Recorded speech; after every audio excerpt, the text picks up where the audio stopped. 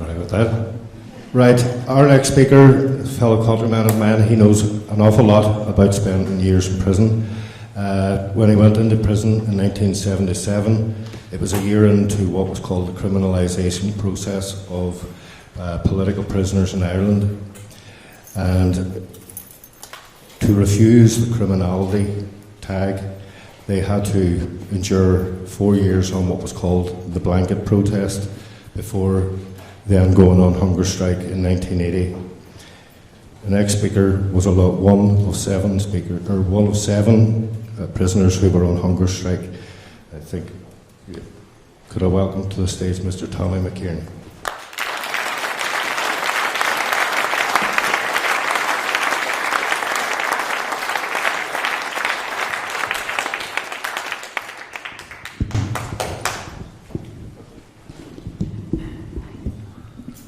Thank you. Unlike so many of the other speakers, I can't claim the privilege of having met or known Julian Assange, but certainly his contribution is enormous and his defence is imperative. We cannot allow this man and what he stands for and what he has done to be brushed away and lost. We cannot allow the oppressor to gain the upper hand by stopping a whistleblower, an absolutely essential contributor to democracy and freedom. Hear, hear.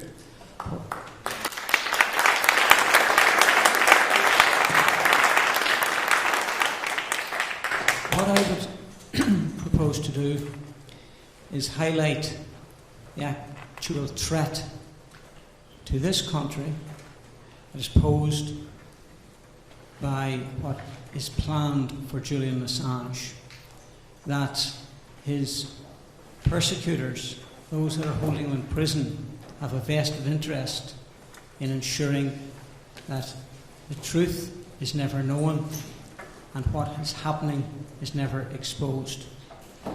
Let me just point to a few basic principles of which no doubt you're well aware, which may even border on being pedantic. But a fundamental principle of any democracy is that we, the people, are sovereign.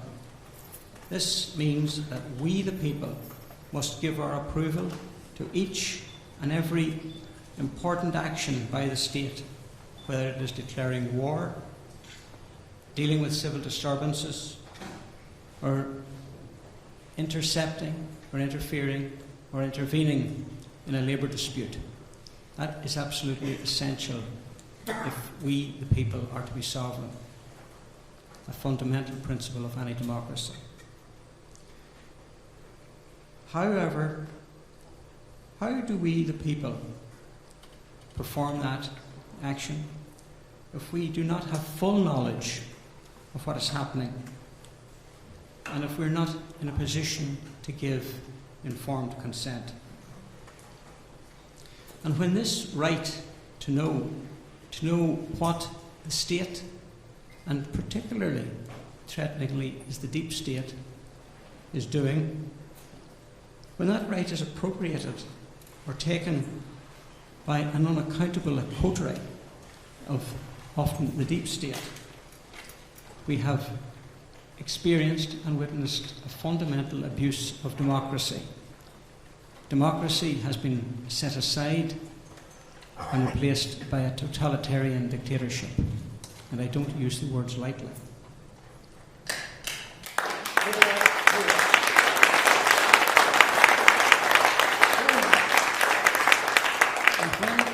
When the state does not, refuses to disclose what it is doing or what it has done, it is imperative, therefore, that this role is performed by the whistleblower.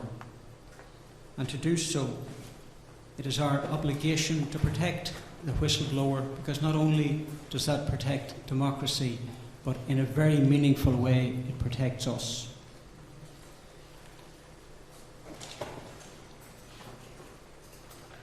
We sometimes overlook, because rightly so we are pointing a finger at the United States imperialism.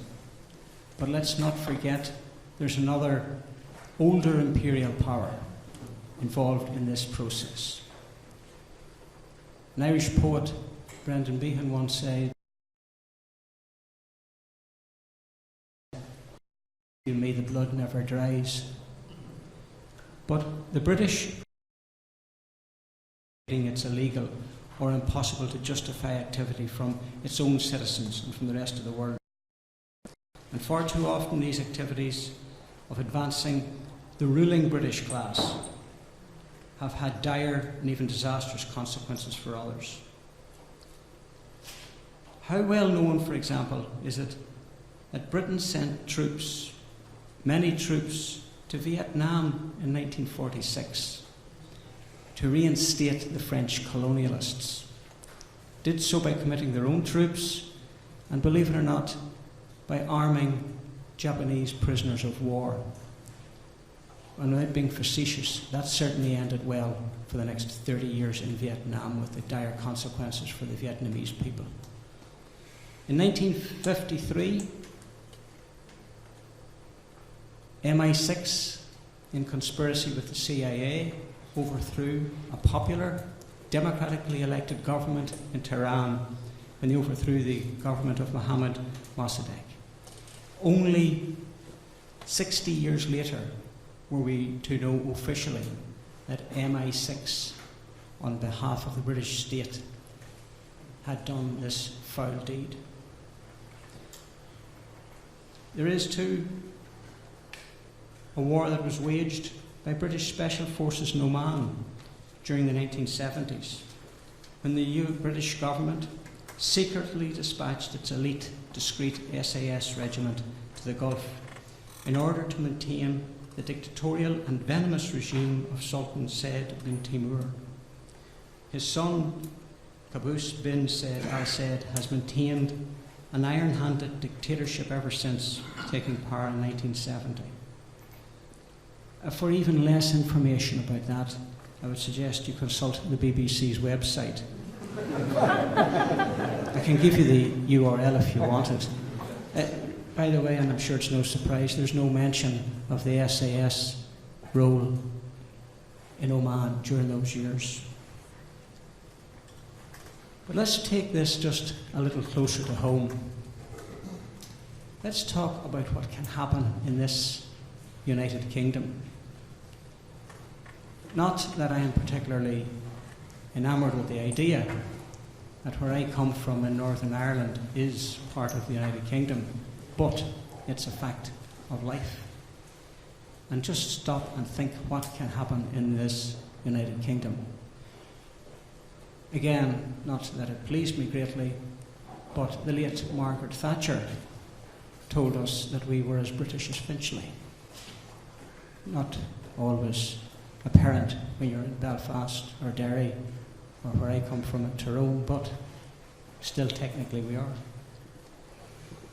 At about the same time that the British government was intervening in Oman, the British state was sending one of its old colonial officers, John Percival Morton, to Belfast in 1973 with orders to do a report that would revamp the RUC's special branch.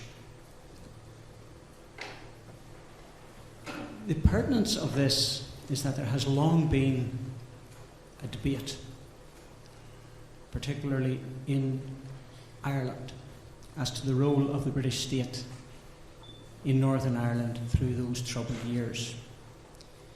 The received wisdom in Britain is that the British Army was dispatched to do a heroic job keeping two warring tribes apart.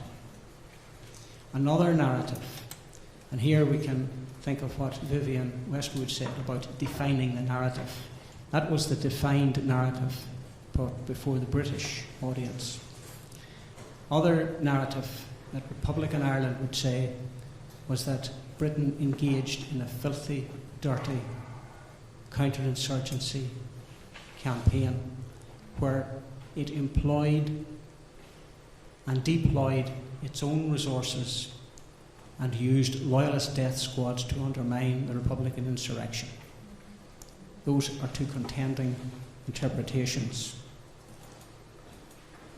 But the MI5 report carried out by John Percival Morton has and will remain secret for the next 50 years. And Britain's Freedom of Information watchdog, the Information Commissioner's Office, has ruled that the police do not have to release this report for another 50 years. Percival Morton, an interesting character in many ways, belonged to the Security Intelligence Advisor Department of the Colonial Office.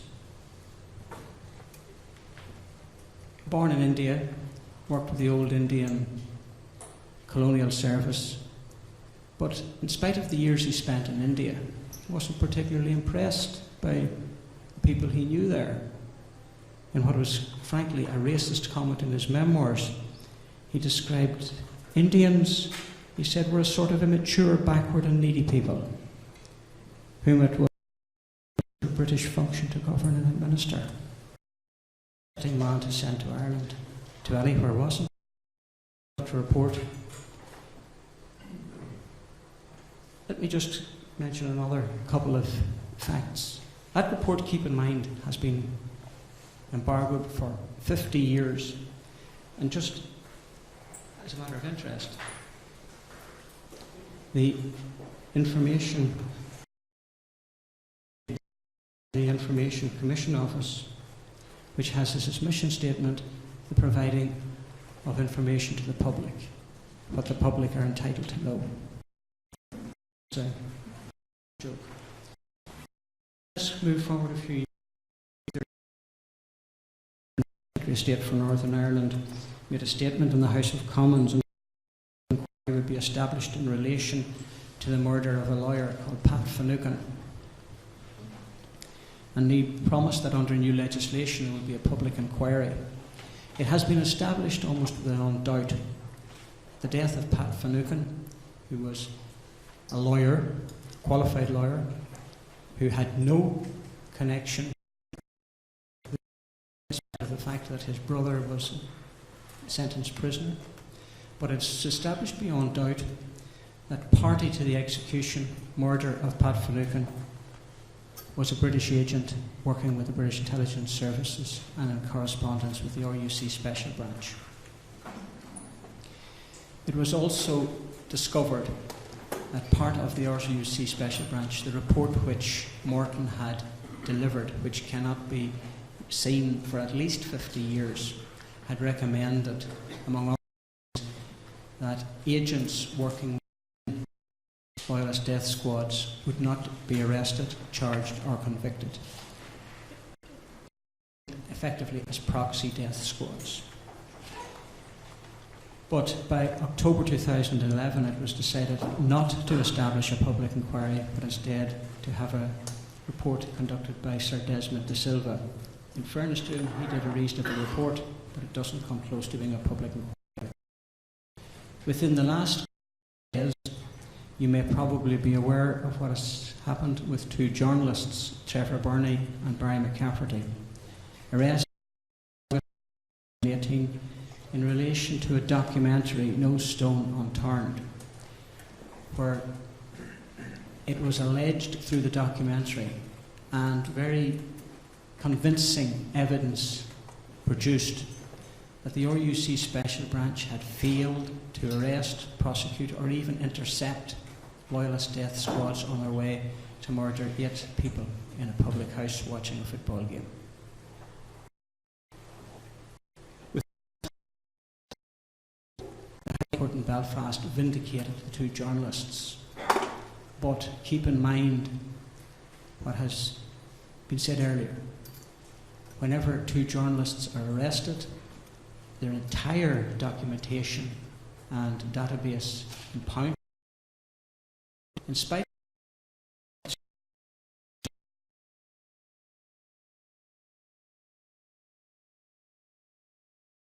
the journalistic profession is enormous.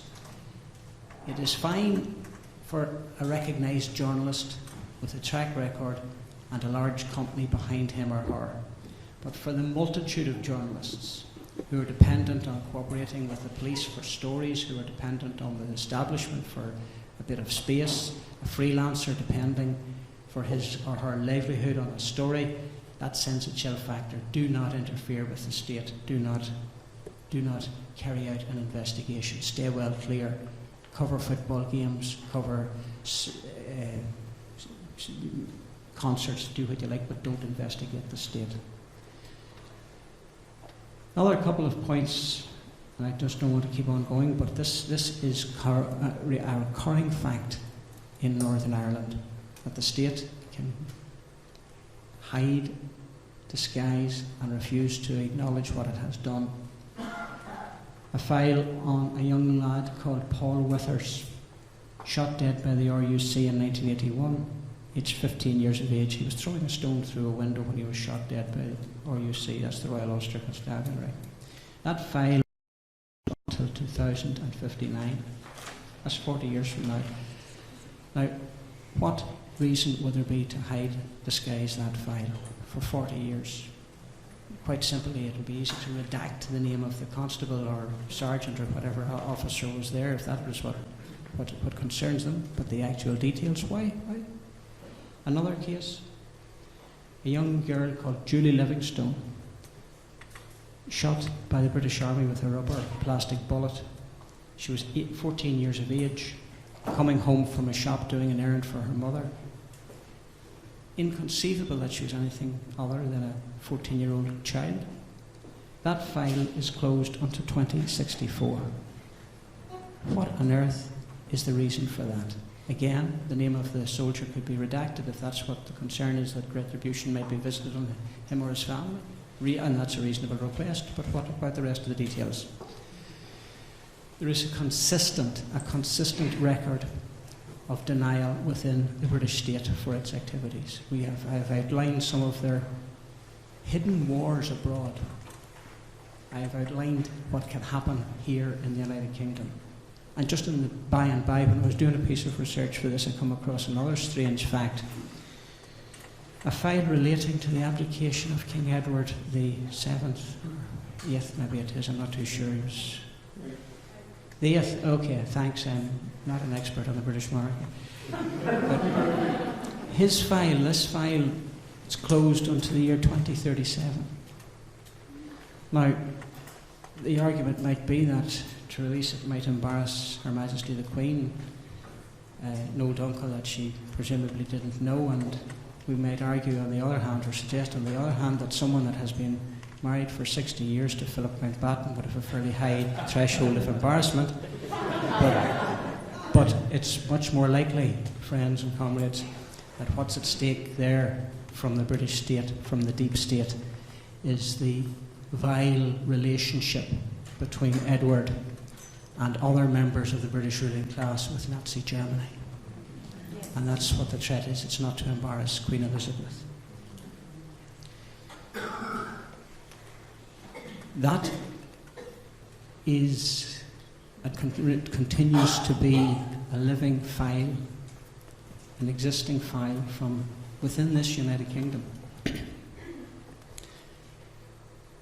We heard Larry talk eloquently of his experience of the legal system here. Just keep in mind that in Northern Ireland,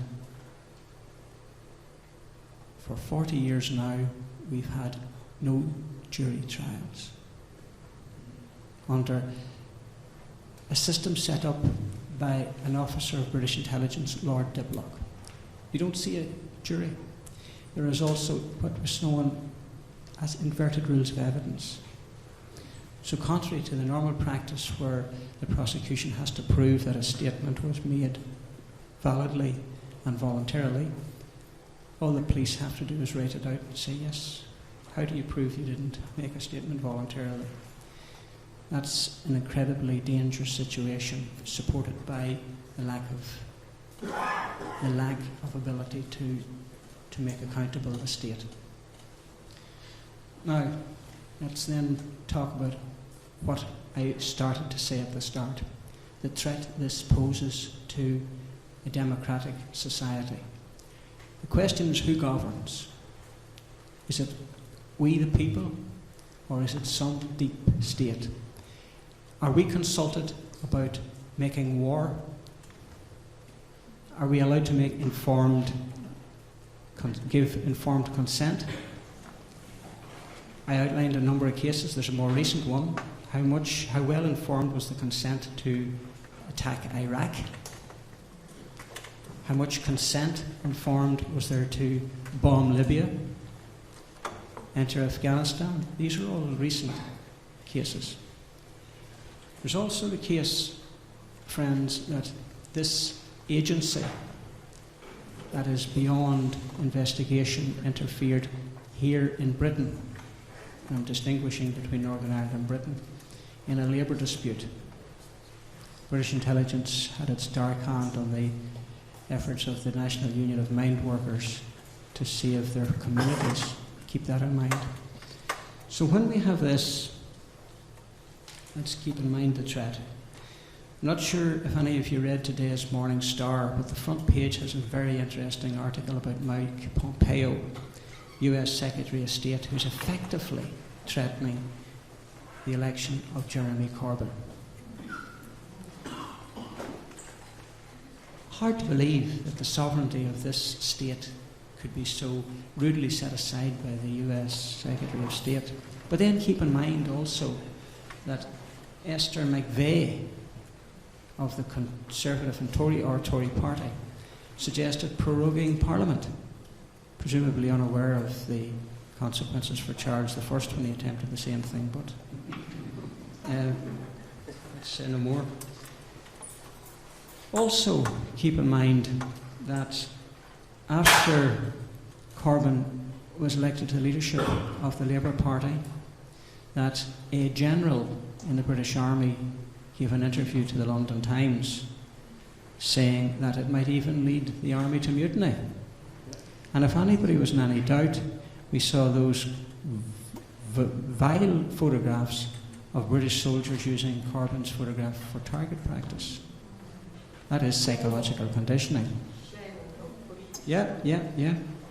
Also, the ex-head of MI6 has mentioned the fact that Corbyn he doesn't think is suitable. Don't forget that there is very credible evidence that in the early 70s, senior members of the British ruling class were considering the potential of staging a coup. Now, you may think or say or believe that what I'm talking about here is exaggeration. It's possibly bordering on the conspiratorial.